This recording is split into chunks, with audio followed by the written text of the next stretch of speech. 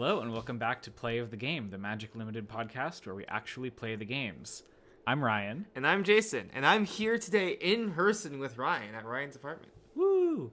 It should be no secret, we are real-life friends, and Jason also lives in New York, was hanging out last night, stayed the night, and we are going to be recording the podcast this morning. So... hopefully the audio is better. Who knows? We had a lot of audio issues. We've been tinkering around with the mic because we both have to be a little further away from it this time. I will maybe be able to raise the volume in iMovie if it is too quiet. I'm going to try to be close. Be better. I think that the main thing is keeping a consistent distance fair from enough, the microphone. fair enough. So we'll try to do that as well.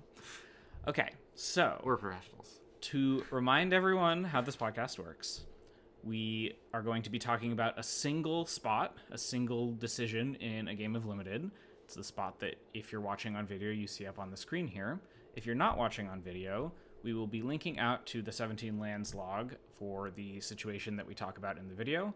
And we highly recommend that before starting the podcast, you go look at the kind of situation in the game that we're going to be discussing, kind of download it into your head so that you know what we're talking about as we're going through it. So Jason, do you want to tell us what we're looking at here? Yeah, so we are currently on turn 5 of a game that's still pretty much in development. Players have cast very few spells up to this point. We have 5 lands in play, 3 forests, 1 swamp, 1 plains, and a 2/3 pest mascot. And our opponent has 4 lands in play. We were on the play. They have a red-white tap land they played this turn, a plains and 2 swamps, and they have a tapped inkling mascot. Those are the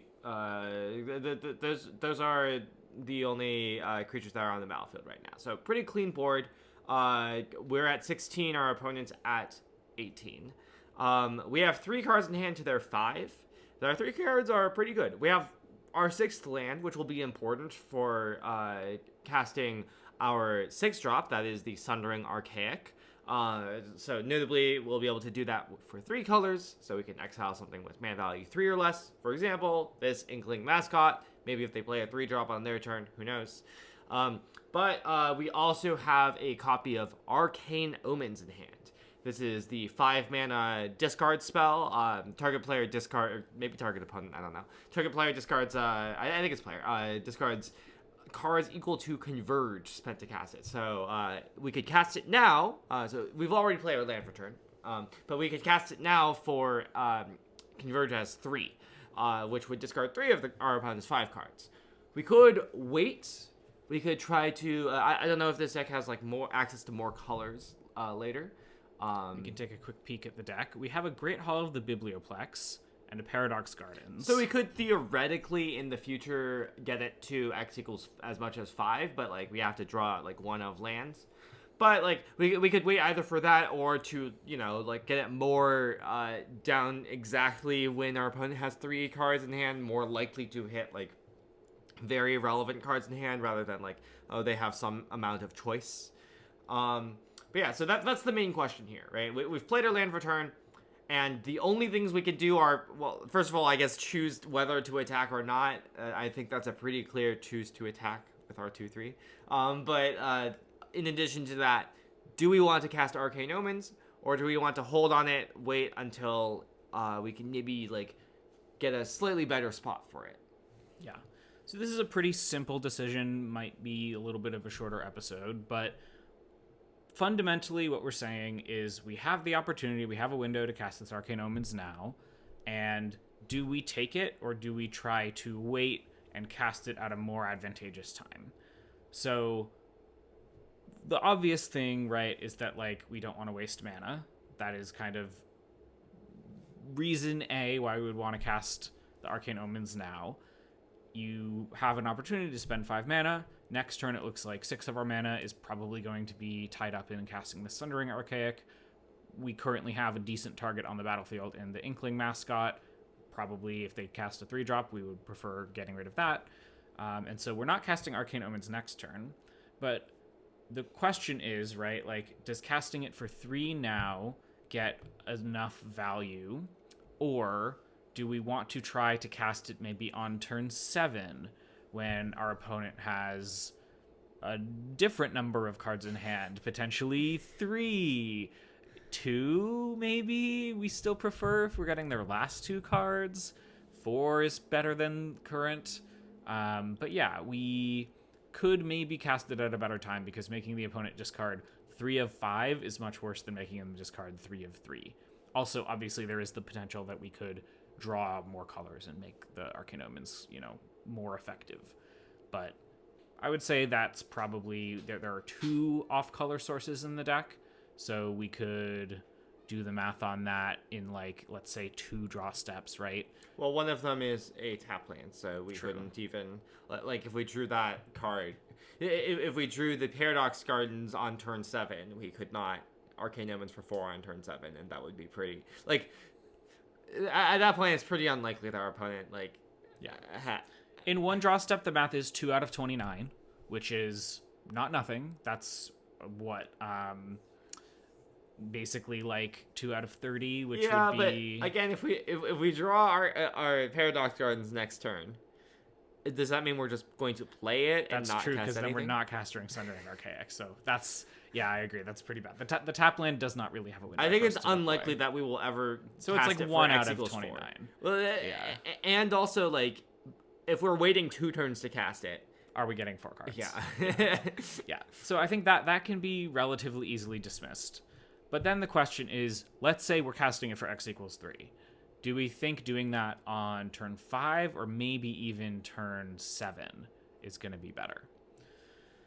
So I think we probably can back up a little bit and talk about what the positioning is in this game between us and our opponent, because that's often the move in these kinds of situations where you're trying to get value out of your cards, but you don't know exactly what kind of value you want to get. Our opponent is in a, I would say, slightly more assertive color pair, although the colors can be a little bit weird. In Strixhaven, you can have a Mardu space with a lot of removal that's trying to be very controlling, maybe with an Arc of Hunger or something. Notably, this is an Arena Direct, so Yes, this is this best is of 1 sealed. So we Yes. don't know anything about their deck, but also sealed. Maybe their deck skews a little, is less likely to skew very aggressive, I guess, is how I'd put it. Yeah. Although I will say, if you're going to have a very assertive deck in best of 1 sealed in this format, probably it's Silver Quill, if I would have to guess, 1 color combination that would be the aggressive assertive deck. So far it looks like, they've cast a Silver Quill 2-drop. They seem to mostly be in Silver Quill colors. It's possible that they are one of these very assertive decks. Not guaranteed. We don't really know very much about their deck yet. The only other card they've played is an Ajani's Response, which is, you play it in your aggro decks. It kind of doesn't really give us a lot of information. And yeah, they have 5 cards. Let's think about maybe what happens if we put them down to 2 cards, right? They have 4 lands in play. They draw for their turn. Probably they play a land. Maybe they don't if they wanted to keep 2 spells, and then setting them to 4 lands going forward until they draw another land could be pretty good. They're likely, let's say they have, it's sealed. They have a bomb in hand. They're definitely keeping that bomb. If that bomb costs 6 or 7 or 5 even, it's possible. Sorry. It's instinctual at this point. I joked at one point, Jason, I recognize 6-7 or something instead of JasonILTG. Yeah. For people who don't know, do you want to explain your ILTG? No, we should move on. No, okay. Okay. You can maybe figure it out. For audio listeners, what happened was that I made the 6-7 motion. I'm sorry. I'm so sorry to derail. Anyway, so let's say they have an expensive bomb in their hand. It is pretty possible that they could want to keep it, but need to also keep lands. So it's possible that us casting this means they do not cast a spell next turn if they keep land plus expensive bomb. One of the notable expensive bombs in black-white is Moment of Reckoning, the 3 white-white black-black destroy and or reanimate 4 things. That certainly is a card that casting Arcane Omens on this turn would be quite good against, even if maybe it would be better casting it later. What if their hand is just a normal mix of creatures and removal? Do we care as much about the timing of our Arcane Omens? Is it still relevant that we're casting it now as opposed to in the future where we could like get a deterministic 3 cards. Yeah, so I guess a good way to like frame this, in my opinion, is like, okay, well, what's the downside of casting Arcane Omens on like 3 cards out of 5? The downside is that they might have bad cards in hand that like casting Arcane Omens will like give them the opportunity to discard those bad cards, which they might in the meantime cast, rather than discarding like the good card, like good cards, so to speak. Yeah, to be more specific about it, the risk is that the delta between the cards in their hand may be wide. Like the difference in value between the cards might be wide, and so letting them choose between the cards, we might be losing a lot of value in which cards we actually get. It could be that they have bad cards, or it could be that they have distinctly good cards. Really, either or. Well, yeah, but relatively specifically, the thing that you get from waiting is that they might like play their worst cards and hold their better cards, and then you can like get that lets you make them discard their better cards. Like the classic way that this might happen is they might play out an extra land that like they didn't need to if they knew that you were going to Arcane Omens or them or something like that, right? Or like they might play a random 2-drop that is not going to be that impactful. And then they wouldn't be able to discard that 2-drop, right? So that is the benefit you are getting from waiting on Arcane Omens. But I guess one observation I would like to note is that, okay, well, you should, when you're thinking about whether to cast Arcane Omens here, you should think about like, what do you think is in your opponent's hand? Yeah. And one really big part of this is that they didn't cast anything last turn with 3 mana available, so they probably don't have any 2 or 3 drops. Like I don't think there's like really any instant speed spells they would be holding. Like if they had a removal spell and they wanted to remove our they would probably do it before. I guess, did we have mana untapped the previous turn? We did. We didn't have anything to play. Yeah. So it might make sense for them to hold it because they're not really playing around the indestructible trade. Yeah, but like let's say they have Last Gasp in hand, right? Yeah. Like a weaker removal spell, then like they would probably just fire it off on our 2/3 to get the Surveil with Inkling Mascot, or at least if I were them, I might do that, depending on the shape of hand, I guess. But either way, like the big thing in my opinion is that it's unlikely that they have like 2 or 3 drops in hand. Certainly agreed on that, given that they did not cast any last turn when they had the opportunity to. And so I kind of expect their hand is full of like removal that they don't really want to target this 2/3 with for some reason yet. Or maybe they're planning on doing it instant speed on our turn. They could also have like a red card in hand. Yeah, they could have red cards, but red cards are likely to be splashed cards and therefore higher quality. So yeah, removal spells, red cards, like expensive cards, things that cost 4 or more mana. Or just like the general category is cards that are better lands. Later. Yeah, like or lands. Yeah. So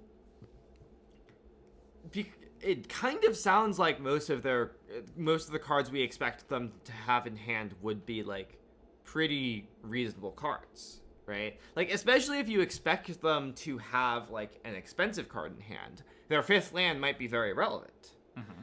So that in my mind should be pushing more towards casting this Arcane Omens, because it is somewhat likely that all of their cards are relevant. Yeah, I think that's fundamentally the argument here. The category of expensive cards, which is kind of what we were getting at when we first started talking about this, is the main category that makes it pretty obvious that like we want to cast this now. Because if they're discarding lands, they have expensive cards, that's fine. If they're discarding the expensive cards and keeping lands, that's also fine. It's sort of either or we're okay with, because all of their cards matter. They need to put together more rectangles to do things relevantly in the game. That's what expensive cards mean in Magic. Yeah, and it's very relevant that they like don't have like that much significant stuff on board right now. So like, it's not they actually need to like play multiple cards to like close the game, to like get meaningfully ahead in the game. in a way that like are that would be like threatening. So like them keeping like one land and an expensive card, not obviously going to get there. Yeah, because we are going to have, like 5-6 power and toughness on the board. We could trade with a big creature with a double block or something like that if we know that they're kind of out of stuff and top decking. Yeah. And we're not at much risk of getting blown out with the double block. The other thing to think about is like, okay, if we do wait on this Arcane Omens, our plan would be to wait 2 turns, probably, right? Because we would probably want to cast the Sundering Archaic. I'm assuming next they're turn. going to do something relevant to the board. Like, they're going to probably deploy a creature if they have one at all, which maybe they don't, but probably they do, next turn. In which case, we're going to need to catch up a little bit, which makes me want to cast the Sundering Archaic, which means that we're waiting 2 turns. I think the spot meaningfully changes if we don't have the Sundering Archaic in our hand. Let's say it's just like, I don't know, a random 2-drop or something. I think that definitely changes things because we could simply cast the Arcane Omens next turn. I think like a common play pattern for most games of Limited is like land spell from hand, which would leave them with 4 cards next turn in hand, which is meaningfully better, I would say, than 5 pick 3. Like 4 pick 3, you only get to pick 1 to keep is pretty devastating. If we could cast the Arcane Omens next turn, the whole I agree, like land spell would leave them with 4 cards. That would be pretty reasonable. But if we waited let's say we waited 2 turns, there's some chance that they go like, for example, end step removal spell on our creature. They're down to 4 cards. They draw up to 5, then they go land spell down to 3, and then like. Or maybe they go land and then like hold up removal again or something, and so that we feel awkward about casting our Arcane Omens on the 4-card hand and would rather like play our Sundering Archaic for whatever reason. Either way, if we choose to wait 2 turns, there's some chance that they go down to 2 cards off of like double spelling, or like they're at 4 cards on our turn, but then they go like removal spell down to 3, and then they like play land spell. There are certainly many ways that they could cast many spells in the next few turns because they have enough mana to double spell, so they could feasibly go below 3 cards. Yeah, I agree. I think like we should talk about and consider whether we actually prefer getting their final 2 cards in that scenario versus 3 with selection now. Like, I think that is relevant given that Sealed is such a bomby format, especially this Secrets of Strixhaven format. Well, like, you could imagine they have exactly Moment of Reckoning, and we don't want to let them keep land Moment of Reckoning, because that would just mean that they're eventually going to be able to cast it this game. And we could hold on to this Arcane Omens just to cover the possibility of specifically Moment of Reckoning. Again, I'm making this argument not 100% believing in it, but I think it's worth talking about. Well, okay, so here's the thing. If you had if you had more going on, that could be something that you could like really talk about, of like, oh yeah, like they're going to have to use a bunch of their cards to trade with a bunch of my cards, so that like you would expect the game to go to like a smaller cards in hand at a like more predictable rate, basically. And also like you would want to like specifically know that they had a card like Moment of Reckoning, because like most of the impactful cards they could cast are like 4 or 5 mana in Silverquill, right? It's mostly just Moment of Reckoning in Silverquill, right? Like for example, like it's entirely possible that like they have a bomb in hand that's just like the Conciliator's Duelist that they couldn't cast this turn, right? Like in that case, like wasting your 5 mana like looks kind of sketchy, right? Just because we're going to need to respond to that. I guess, can you explain that more? Why does wasting your mana here look because bad? Basically if let's say you're trying to, basically the reason you're trying to say is, oh, do we want to try to like get their last cards, because their last cards are maybe going to be the things that they're like saving to be impactful. That only works if the cards that they're saving to be impactful are either reactive and you haven't like presented something that they want to react to, or like card draw, which like maybe a Stargaze or something, or like threats that they can't cast. But they're already at 4 mana and will be able to be at 5 mana next turn. So like the only things they can't cast are the expensive things, are like the truly expensive things, which are very just few. Literally only one. Yeah, like Moment of Reckoning and Stargaze are like kind of the only ones that like come to mind even. And then given that, like, well, waiting a turn on this Arcane Omens is unlikely to get any of their their bombs, really, because, like, they're just going to cast their bombs. Yeah. They're not going to, like, be sandbagging their bombs in hand. Mm-hmm. Probably not, at least. Some people do, and that is the thing people do in Sealed. But yes, generally, when they have the opportunity to cast them on curve, they're going to cast them, and holding this Arcane Omens cannot stop that. Yeah. With most of the bombs. It has to be specifically an expensive bomb, which there aren't many of, and most cards that have high impact can be cast for 5 or less mana. Like, I think the texture of this changes a lot if you're playing against a blue-green deck, where, like, then they have a lot more expensive cards, including cards that cost 6, which is a lot different than cards that cost 5 here, because they'll have to play 2 more lands to get to that, and they'll give you, like, another turn. And you're less pressured to want to cast this Archaic on curve. You're more likely to want to, like, just, like, cast Arcane Omens next turn. Also, if they're blue-green with mana open, that's, like, they maybe have the ability to counter your Arcane Omens, right? So, like, the fact that they are a Silver Quill deck is very relevant here. Just because we kind of assume that generically their cards are a little bit cheaper, a little bit more relevant to directly affecting the board, and not as, like, they can't interact with our stack. I would even go so far as say that we, like, can very concretely assume that, because those cards just don't exist. Yeah, in Silver Quill. That is what these Mardu colors are able to do in this format. Yep. Like, it is possible that we could, instead of, like, casting the Sundering Archaic, just cast Arcane Omens next turn, right? I think there's a realistic place where they double spell on their next turn and then have exactly 3 cards in hand, right? Well, it would need to, if they're double spelling, they need to, by definition, cast at least 1 card that costs 2 or 3. Yes, which that is where I was leading us. Cast this turn? Yeah, so it's like I find it unlikely that they're going to double spell next turn, and we're going to get the perfect, like, discard their entire hand of expensive stronger spells. I think it's much more likely that they're just going to, like, cast an impactful spell next turn.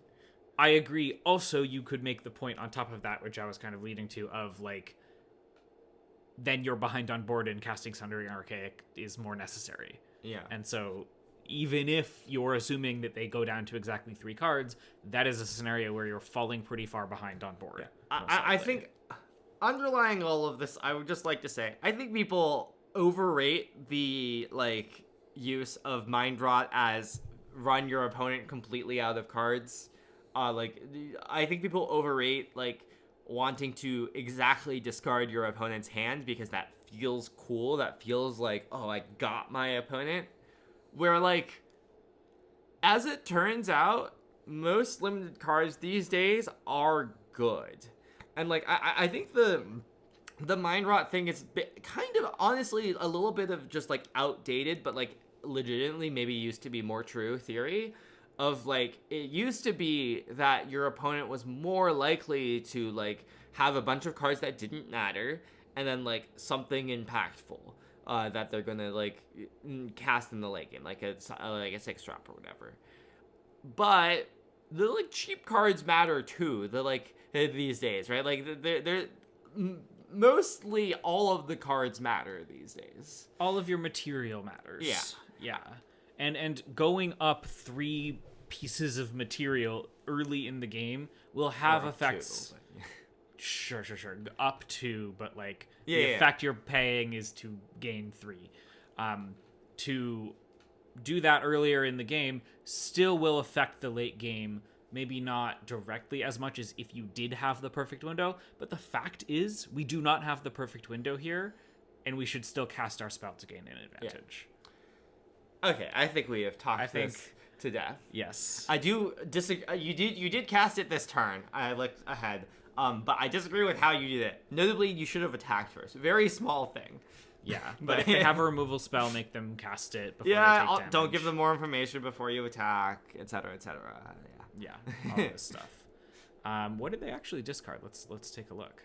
They discarded an Interjection, a Repel Calamity, and an Adventurous Eater. So didn't cast the Adventurous Eater. They were holding up Repel Calamity. That, I guess, is they had a removal spell for the Past Mascot if it grew, but we didn't grow it. Yeah. That's what it probably was, and it's interesting because, like, on their side, is it correct to just not deploy your creature and then kill the pest mascot later if it grows? Yeah. I think that's probably a mistake on their end, unless they happen to be leaving up something else. Let's see if we can find out what the rest of the cards were. They had a Render Speechless. Well, waiting on the Arcane Omens against a Render Speechless, not a point we like thought to brought up, but that would have worked out poorly for us. Yeah, although it's arguable that they just are going to take the Archaic either way. No, I don't think so. No. I don't think so. Yeah, it kind of depends, I think. 3 is so many cards. It is a lot of cards. And we draw a removal spell. They have a lifelinker, and it looks like their last card was this Unstable Mockery that can remove our pest mascot. Yeah, so I would say that, in fact, they... Unsubtle Mockery, not unstable. I would say that, in fact, the 3 cards that they discarded... Obviously, you should not, like, results-oriented... this is not to say, like, because it worked out well, this is definitely what we should have done. But I think this is a good demonstration of a reasonable set of cards they could have had, which is just, like... They maybe had a land in hand. I think they probably didn't. It's almost literally the platonic ideal of limited cards: a removal spell, a creature, and a combat trick. Yeah, like I think we suspect that their 5 cards were like something like 2 removal spells, a creature, a combat trick, and a Render Speechless. And it's like, okay, well, we weren't going to get them. We didn't get them to discard their best card, which is Render Speechless, but we were never going to be able to do that. And like all the other cards that they discarded were roughly of the same value, right? Like. All of them, like, add or remove a creature from the board, kind of, Totally. Which is kind of fundamentally what most limited cards are meant to be doing. Like, that is... I talk about a little bit in one of my Limited Fundamentals articles. Wow, you should read Ryan's Patreon. Get the plug in early this time. Yeah, so that we don't have to do it at the end. That is really what most cards do in Limited, and the reason that bombs are so good is that they do that, like, doubled usually that effect, or they have more of an impact on the board than like one piece of cardboard. And so if it's possible to get their bomb, you really want to do it. But in this situation, it probably wasn't. Like, this Render Speechless, one of the stronger cards, adds 2 power to the board and takes a card out of the opponent's hand. But as Jason was saying, we're not playing against Quandrix, like blue-green space, which tends to be casting really expensive cards that do this. This is a way that you can get that kind of value in the black-white space by, having synergy with targeting creatures. You're getting more out of the 2 counters and the targeting, and so that really becomes a 2-for-1 in a strong, assertive Silver Quill deck, and that is, like, the type of good card that we're dealing with here, which means we want to play differently into it. Yeah, and notably, the big part of it is that it costs 4, so they could just cast it even right. If we, like... It's castable whenever. It's not that, like, we're trying to kind of strip away their lands and expensive cards. We're trying to attack that excess. Okay. Cool. Thanks for listening, everyone. We will catch you next time. I can be found at bluesky r-condon.bsky.social, and as Jason already mentioned, I have a Patreon, Ryan C MTG. I'm JasonILTG basically everywhere. I've already done my plug for Ryan's thing. All right. Until next time, everyone, go out and make some good plays.